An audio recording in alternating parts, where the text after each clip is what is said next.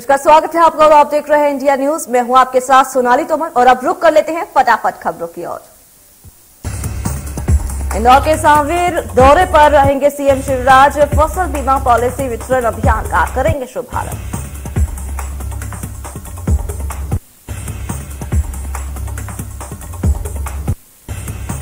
CM मेरी policy मेरे हाथ बीमा पॉलिसी का करेंगे शुभारंभ। सीएम के साथ कृषि मंत्री नरेंद्र तोमर भी रहेंगे मौजूद।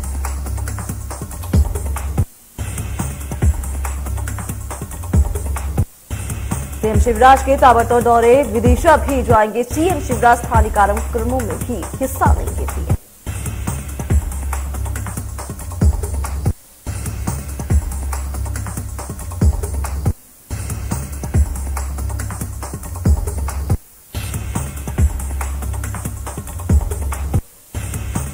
यूपी के 2 दिवसीय दौरे पर रहेंगे सीएम शिवराज। यूपी की 6 विधानसभाओं को करेंगे संबोधित।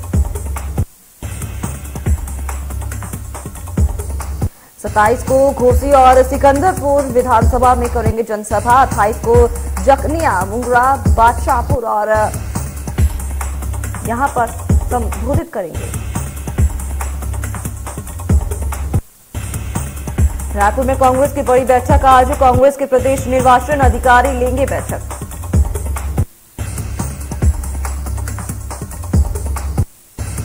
सीएम भूपेश बघेल भी बैठक में रहेंगे मौजूद। दोपहर 3 बजे होगी बैठक। राजीव भवन रायपुर में होगी बैठक। सीएम भूपेश बघेल भी इस दौरान मौजूद रहेंगे।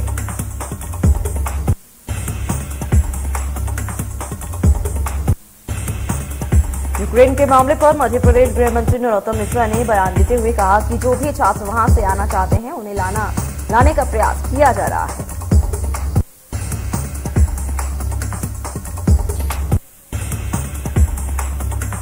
भारत के राजदूत से संपर्क में रहने को वहां के छात्रों को कहा गया है। जैसे ही वहां से फ्लाइट आएगी, वहां से बच्चों को लाया जाएगा।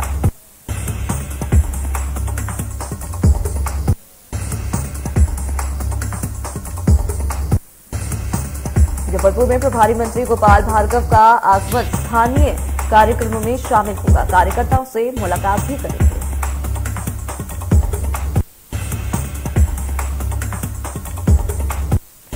भोपाल में 10 साल से 56 इंजीनियरिंग कॉलेज बंद। 48,000 सीटें और 40,000 छात्र घटे हैं। भोपाल में 10 साल से 56 इंजीनियरिंग कॉलेज बंद किए गए। छात्रों को स्कॉलरशिप न मिलने की वजह से बंद हो गए रहे कॉलेज। वहीं पिछले साल 58,000 सीटों में से सिर्फ 34,000 ही हुए एडमिशन।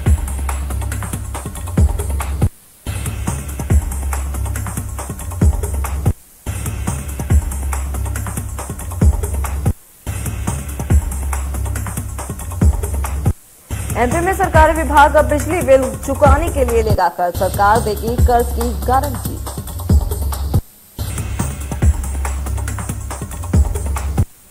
नए विभागों पर 1,500 करोड़ बिजली बिल बकाया है। नागरिक विकास पंचायत पर बिजली का बिल बकाया है।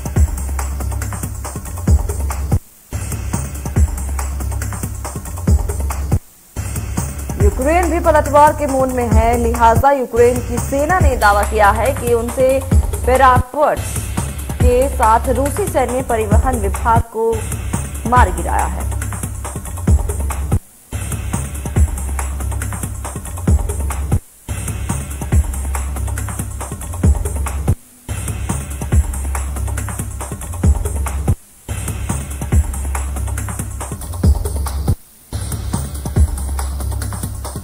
यूक्रेन में फंसे भारतीयों को निकालने की कोशिश तेज हो गई है। आज रोमानिया के जरिए लाए जाएंगे स्वदेश। दोपहर 12 बजे सीसीएस की बैठक होगी।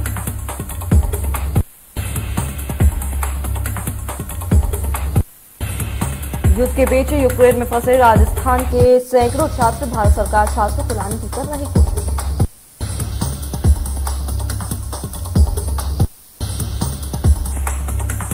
यूक्रेन में फंसे मध्य प्रदेश के 122 लोग केंद्र सरकार आज भेज सकती है कई जगह विमान। वहीं भारतीयों को रोमानिया यूक्रेन सीमा पर पहुंचने को कहा गया है। यूक्रेन में फंसे भारतीयों की मदद को आगे आया राष्ट्रीय स्वयं सेवक संघ। हिंदू स्वयंसेवक संघ के यूक्रेन प्रभारी ने जारी किया है हेल्पलाइन नंबर। वहीं भारतीय की मदद को आगे आया है राष्ट्रीय स्वयंसेवक संघ। यूक्रेन संयोजक सूर्यमणि और उनकी टीम कर रही है वतन वापसी के प्रयास। आरएसएस ने अब तक दर्जनों भारतीयों को यूक्रेन बॉर्डर पर पहुंचाया है। रूस और यूक्रेन के बीच जारी जंग लगातार तेज हो रही है। वहीं एयरपोर्ट के मुताबिक एक रिपोर्ट के मुताबिक यूक्रेन की राजधानी कीव में स्थित सरकारी क्वार्टर के पास गोलियों की आवाज सुनी गई है।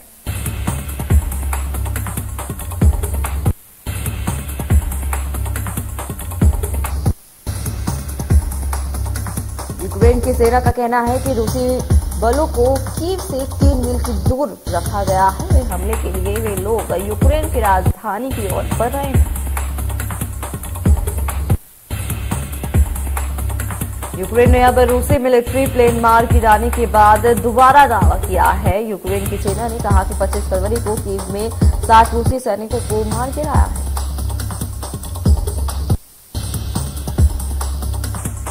यूक्रेन के रक्षा मंत्रालय ने कीव के ओबोलोन के निवासियों को चेतावनी देने के लिए सोशल मीडिया का सहारा लिया है। कहा कि सैनिक पास में ही रूसी सेना से लड़ रहे हैं।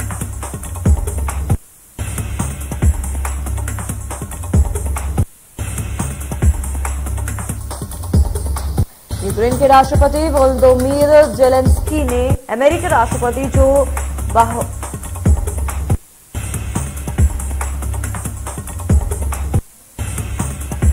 जेलेंस्की ने इजरायल के प्रधानमंत्री नफ्ताली बेनेट से बातचीत की है।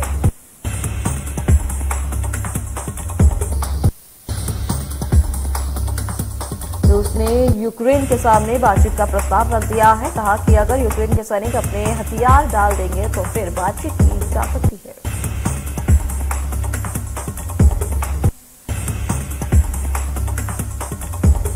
इस प्रस्ताव पर यूक्रेन के राष्ट्रपति ने भी पुतिन को बातचीत का प्रस्ताव दे दिया है। उन्होंने पुतिन को बातचीत की टेबल पर बुलाया है।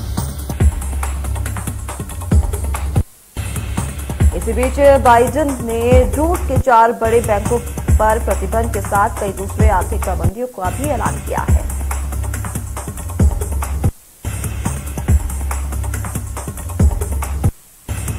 कनाडा के प्रधानमंत्री जस्टिन ट्रूडो ने रूसी राष्ट्रपति व्लादिमीर पुतिन और विदेश मंत्री सर्गेई लावरोव पर प्रतिबंध लगाया है।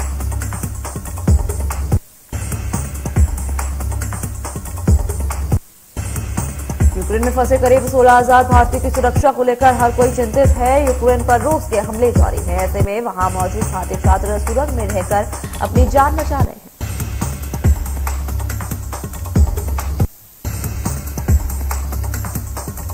वहीं भारत सरकार हंगरी, पोलैंड, स्लोवाकिया और रोमानिया के जरिए सड़क पार से भारतीयों को निकालने की कोशिश कर रहे हैं। यूक्रेन में फंसे भारतीयों को लिए एमईए ने एडवाइजरी जारी कर कहा है कि भारतीयों को लाने का सारा खर्च सरकार वहन करेगी।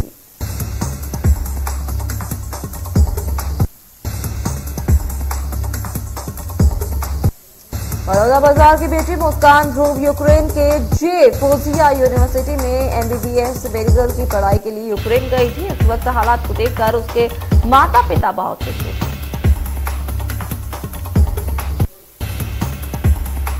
वहीं डरे सहमे रहकर माता पिता अपनी बेटी का हर मिनट हालचाल पूछते हैं। उनकी बेटी हर मिनट का हाल बताती है। लगातार भारत सरकार और यूक्रेन की एमबेसी से संपर्क में।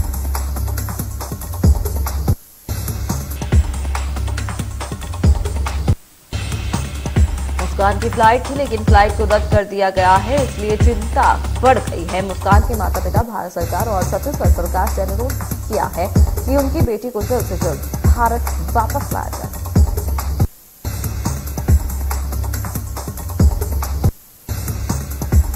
महासमुंद में शासकीय प्राथमिक शाला में प्रबंधन समिति ने ताला जड़ दिया है। शिक्षक की मांग को लेकर ताला जड़ा है। बच्चों को पढ़ाने के लिए स्कूल में सिर्फ एक शिक्षक।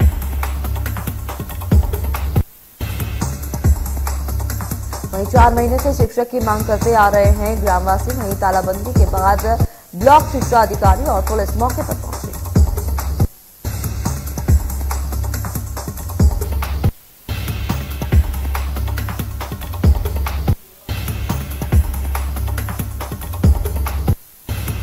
एमपी के धमतरी जिले में दर्जन भर से ज्यादा सरकारी स्कूलों के बिजली कनेक्शन काटे गए हैं। जिला शिक्षा विभाग पर कुल 46 लाख का बिल बकाया है।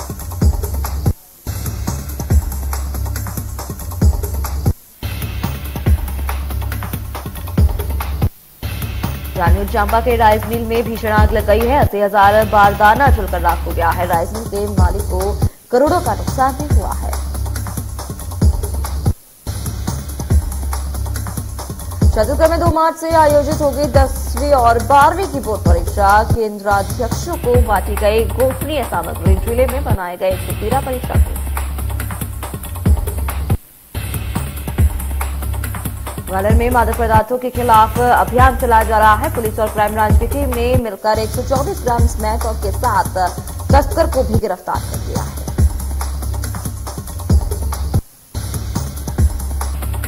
पकड़े गए मादक पदार्थ की अंतर्राष्ट्रीय कीमत 12,50,000 रुपए बताई जा रही है। सूचना मिलने पर वरिष्ठ अधिकारियों के निर्देशन पर क्राइम ब्रांच और ग्वालियर थाना पुलिस की संयुक्त टीम ने ये अभियान चलाया, जिसके बाद गिरफ्तारी भी की गई है।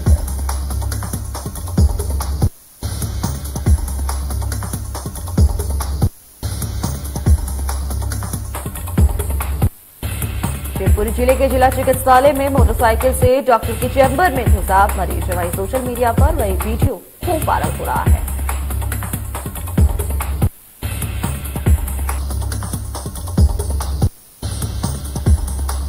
दमोह के इतिहास में पहली बार दमोह में पहली न्यूरो सर्जरी हुई है। मिशन अस्पताल में प्रमुख न्यूरो सर्जन निकलेश तिवारी अब दमोह में ही लोगों का इलाज करेंगे।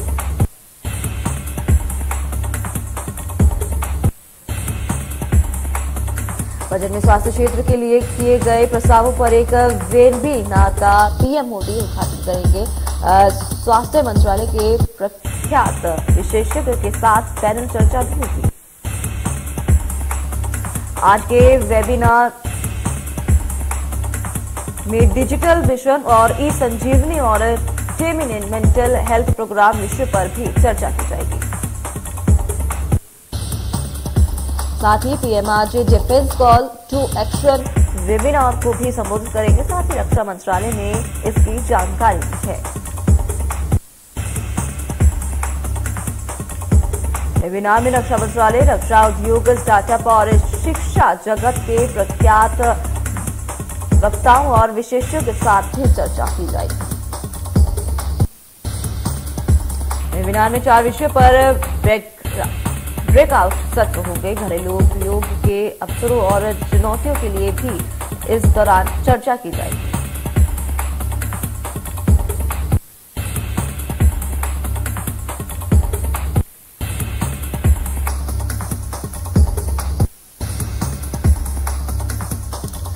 स्वतंत्रता सेनानी वीर सावरकर की आज पुण्यतिथि है। पीएम मोदी ने श्रद्धांजलि अर्पित की है और कहा कि मातृभूमि की सेवा में समर्पित उनका जीवन लोगों के लिए प्रेरणा स्रोत बना रहेगा। ओडिशा के पूर्व सीएम हेमानंद बिस्वाल का निधन हो गया है। सीएम अशोक गहलोत ने इस पर दुख भी जताया।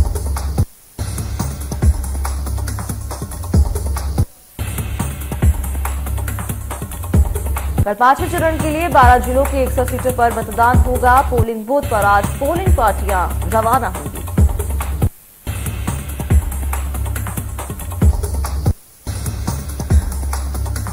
बता दें कि आज ताबड़तोड़ रैलियां करेंगे सीएम योगी आदित्यनाथ। अम्बेडकर नगर, बलिया, कुशीनगर और गोरखपुर में जनसभा को संबोधित भी करेंगे सीएम।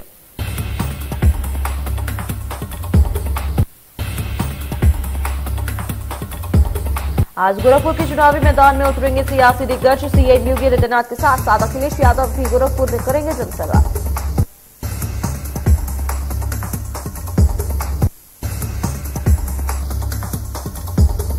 चौथे चरण के लिए बीजेपी के दिग्गजों के चुनावी दौरे आज से शुरू। बीजेपी राष्ट्रीय अध्यक्ष जेपी नड्डा कुशीनगर, संत कबीर नगर और गोरखपुर में जनसभाओं को संबोधित भी करेंगे। ये मनोहर लाल आज कैथल दौरे पर रहेंगे और सामाजिक और आध्यात्मिक कार्यक्रमों में शिरकत भी करेंगे। ये मनोहर लाल 11 रुद्री शिव मंदिर कार्यक्रम में हिस्सा लेंगे और बाबा बत्ता सिंह बहादुर की प्रतिमा का अनावरण भी करेंगे। ये मनोहर लाल पंजाबी वेलफेयर सोसाइटी के हॉल का उद्घाटन करेंगे और सेवा संघ नेत्र बैंक का शुभारंभ भी करेंगे। रूस यूक्रेन हमला अब खतरनाक दौरे में पहुंच गया है, जहां रूसी सेना यूक्रेन की राजधानी कीव पर ताबड़तोड़ हमले कर रही है। राजधानी दिल्ली और इससे सटे इलाकों में मौसम ने करवट ले ली है। दिल्ली एनसीआर में देर रात गरज के साथ बारिश होने से न्यूनतम तापमान में गिरावट दर्ज की गई है। मौसम विभाग के मुताबिक वेस्टर्न डिस्टर्बेंस के प्रभाव से राजधानी का मौसम करवट ले रहा है। मौसम विभाग के अनुसार दिल्ली में न्यूनतम तापमान 14 डिग्री सेल्सियस जबकि अधिकतम तापमान 25 डिग्री सेल्सियस रहने का अनुमान है। मौसम वैज्ञानिकों ने शनिवार को आंशिक रूप से बादल छाए रहने के साथ गरज के साथ हल्की बारिश होने की संभावना भी जताई है। साथ ही राष्ट्रीय राजधानी में तेज हवाएं चलेंगी। बारिश के बाद अब तेज हवाएं चलने से फिर ठंड लौटने के आसार देखने को मिल रहे हैं। बता दें कि मौसम विभाग अपने पूर्ण अनुमान में बारिश होने की संभावना भी जताई थी, जिसके बाद बारिश और बूंदाबांदी देखने को मिली। मध्य प्रदेश में पड़ रहा उत्तर भारत की बर्फबारी का असर। प्रदेश में 3 दिन तापमान में उतार चढ़ाव रहेगा। मध्य प्रदेश में उत्तर भारत में ठंड का असर देखने को मिला। वहीं 1 मार्च से गर्मी बढ़ सकती है। प्रदेश के कई इलाकों में हल्की बारिश के आसार देखने को मिल रहे हैं। केंद्र सरकार ने 31 मार्च तक बढ़ाई कोरोना गाइडलाइन। देश में कोरोना की तीसरी लहर के कमजोर होने पर फैसला लिया गया है। केंद्र का राज्य सरकारों को आदेश, कहा राज्य अपने यहां स्थिति का आकलन कर बंद एक्टिविटीज को फिर से शुरू कर सकती है।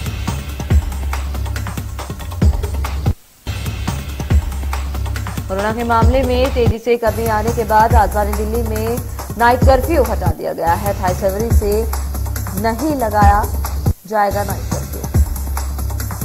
कोरोना वायरस के मामलों में लगातार गिरावट को देखते हुए डीडीएमए ने कई और बंदिशों में भी खत्म की गई है।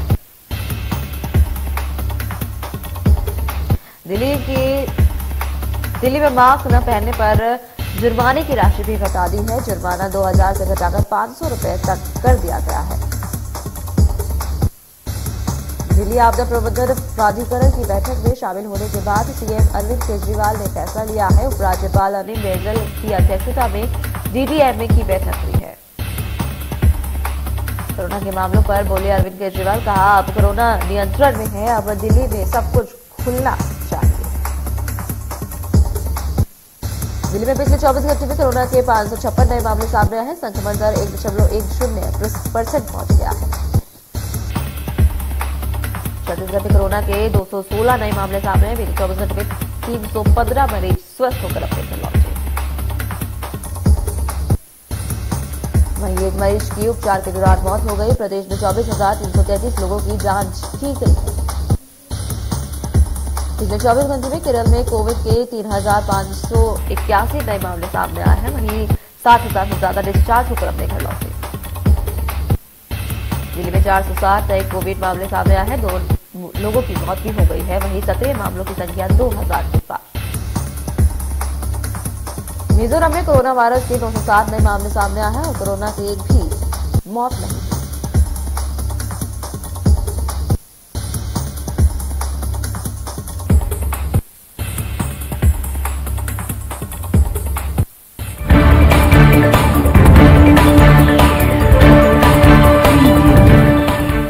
मध्य प्रदेश, छत्तीसगढ़ की हर खबर सीधे आपके मोबाइल फोन पर। अभी सब्सक्राइब करें हमारा चैनल और पाएं पल पल की खबर।